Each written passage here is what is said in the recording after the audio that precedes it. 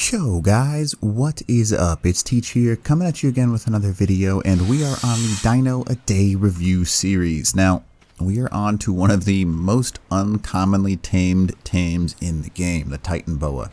Now, there once was a time where the Titanboa was incredibly valuable. I say once, that is a very important word, once.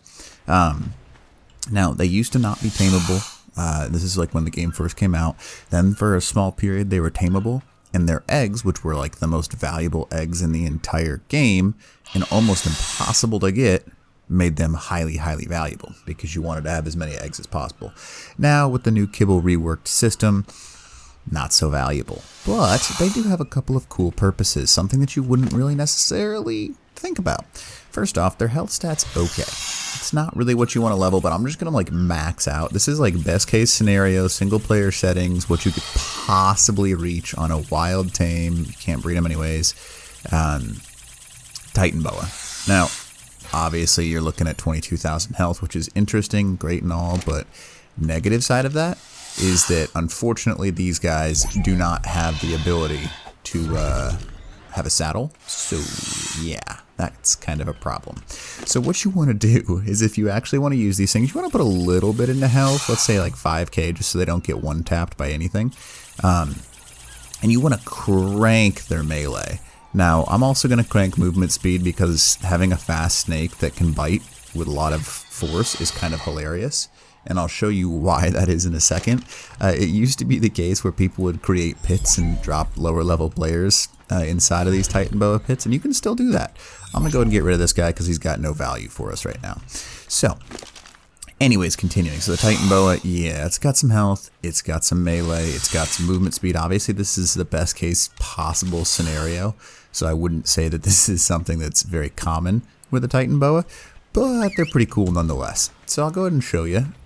Once you have their movement speed cranked up just a little bit, you'll see this guy haul butt in a second here. Once he decides to actually follow me, they are really fast. You can basically run at almost full sprint and they'll keep up to you, which is kind of nice. Obviously they're just as fast in the water too, which is kind of interesting. Really creepy actually, now that I think about it.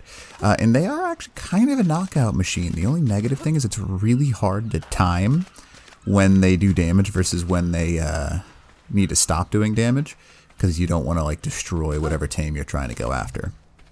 The Titanboa is pretty unfortunate. You can see it right here. They like to get stuck on literally anything. So I don't know why that's the case, because it's a giant snake that can literally turn and do anything that it wants. But it's like, you know what? This one tree is going to make me be unable to get to you, which is kind of dumb in my opinion. They should be able to like pretty much get across any terrain, but oh well. But we're trying to show you why this guy's useful. So obviously he's fast. If you got like 20 or 30 of these things, and you were in some sort of PvP situation and you had some fast ones, I know we've all experienced it when you run up against a Titanboa and they just bite you once or twice and it's like, good night, goodbye. But if you've got 20 or 30 of them, yeah, there's no chance of outrunning or escaping that situation. You're just dead.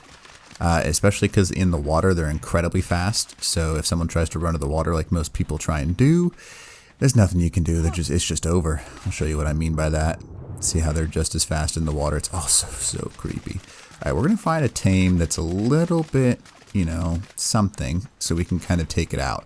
But obviously we're talking best case scenario here. The Titanboa is, it's interesting. I think it's probably going to one-tap these things, so we're going to see how that goes. Please, please, please. There we go. There we go. So 211, one tap, 2 tap, he's done, 3 taps, so it does 211 damage. Plus, don't forget, it's going to do that increased torpidity. So that's something to keep in mind.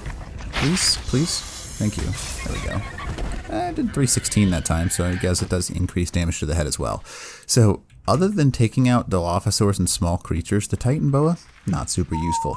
But, again, you can have some fun with it because setting it on aggressive and having a couple of them will knock out a lot of players, believe it or not, because you will kind of get through their armor and it will just do torpidity over time, which is huge. So if you got 5 or 6 bites from one of these high level ones, you're going down. So outside of that, other than maybe a guard dog, they don't really have a purpose for PvE or PvP, because as you saw right there, it's really hard to stop them from attacking in a PvE situation.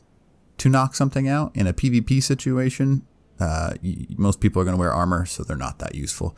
So the Titanboa, the used to be machine, no longer really has any values. And it's sad because there's a bunch of really cool things that I think they could do with this. Like maybe allow it to wrap up or hold tames. Or even like having it to be rideable. I mean, I could fit right there probably, and that'd be kind of cool.